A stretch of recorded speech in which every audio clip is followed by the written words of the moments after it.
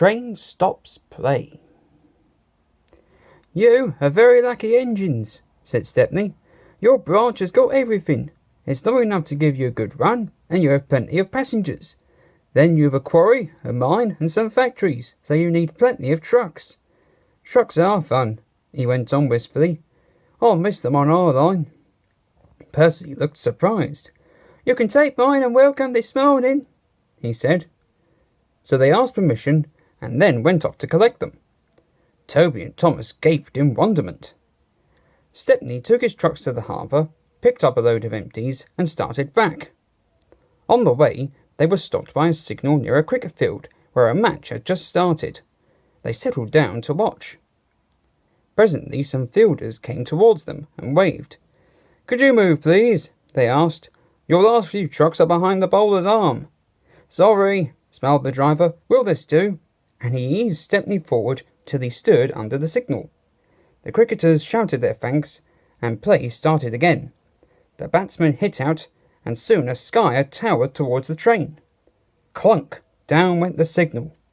There was another clunk too, as the ball fell on the train, but neither driver nor fireman heard it. They were too busy. "Stop!" yelled the fieldsman, but Stepney's noisy starting drowned their shouts. Come along, he puffed to the trucks, and left the frantic fieldsmen behind. "Oh, one and only ball," they said sadly.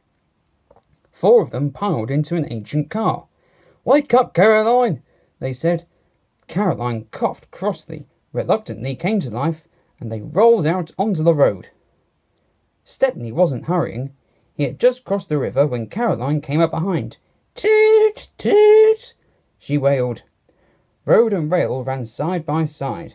The cricketers waved and shouted, but they were too far away for the firemen to recognise them or hear clearly what they said. "If those jokers want a race," remarked the driver, "they can have one." He advanced his regulator, and Stepney drew ahead. Poor Caroline wasn't happy. She rattled along at twice her usual speed. "Master shouldn't treat me like this," she grumbled. "This pace is too hot for my system. It'll fuse all my circuits." "Hurrah!" she exclaimed. "That silly train has gone into a hole, so we can't catch it. Now Master will have to be sensible and go home." But Master didn't go home.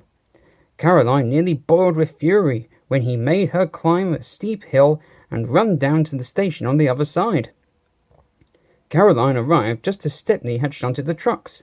His crew were going off duty. The cricketers explained what had happened. The driver and fireman were surprised.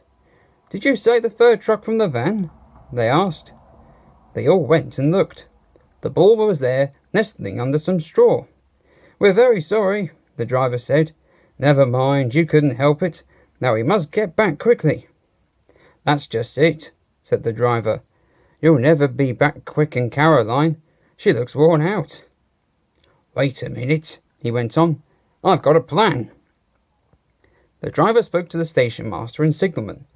Then they rolled Caroline onto a flat truck and coupled a brake van behind. The cricketers got in, and Stepney pulled the train. They reached the field in no time. Stepney watched from a siding while driver, fireman and guard sat in the pavilion.